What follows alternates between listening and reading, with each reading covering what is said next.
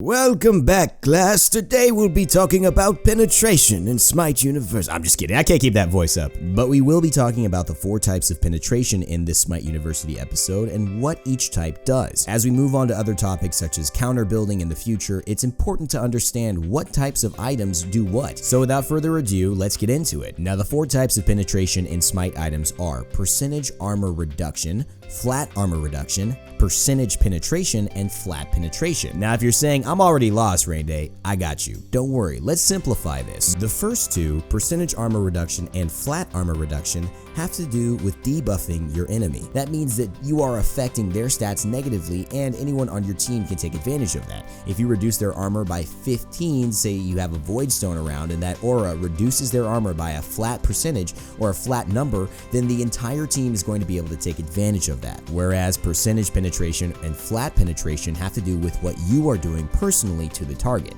So say you have 25 flat penetration and your target has 150 protections, you would hit that target as if they had 125 protections only. But again, that's from my abilities and that affects how I hit that target. My other teammates aren't gaining any benefit unless they have those exact same items in their build. It's not something that's debuffing my enemy, it's kind of buffing my attacks so they penetrate my enemy's protections a little bit more efficiently. So it's different and those differences can be vital. I don't want to go too complicated in this episode, and there's a lot of crazy math and really good resources here in SMITE for you to find out some more in-depth info on this. But before we leave, let's look at an example of each penetration item. A percentage armor reduction item would be something like Executioner, reducing the percentage of that player's armor by 36% at full stacks. An example of flat armor reduction would be the item Void Stone, reducing the magical protection of enemies within 55 units by a flat 20. And as I mentioned earlier, anyone on your team can now take advantage of your enemy's reduced protection. Now Obsidian Shard would be an item that would grant you percentage penetration, meaning that every ability you cast would ignore 33%